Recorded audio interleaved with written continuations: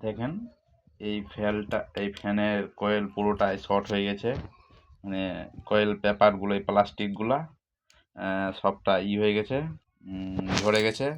তার জন্য এই ফ্যানের নতুন করে কয়েল বাঁধতে হবে। তাই কয়েল বাঁধার আগে কয়েলকে তো কাটতে হবে। তার জন্য আমরা এই কেঁচি ব্যবহার করব। এরকম করে কয়েলটাকে আগে প্রথমে একটা একটা করে কেটে নেব।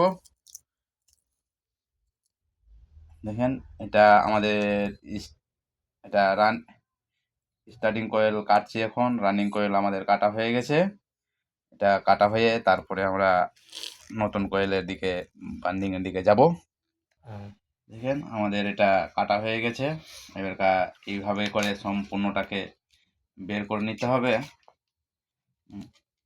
দেখেন এই যে বের করছি, এইভাবে করে সম্পূর্ণ তারগুলোকে বের করে নেবেন।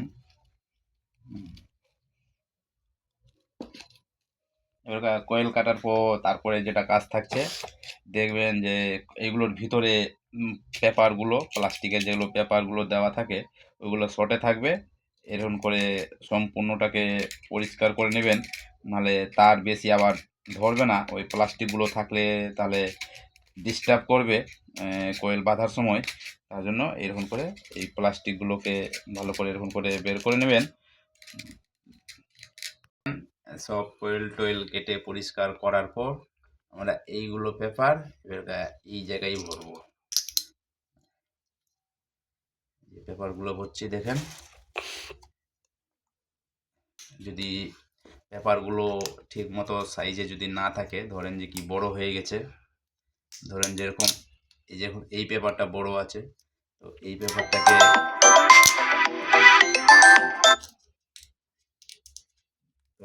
কেটে দিয়ে এইভাবে কেটে দিয়ে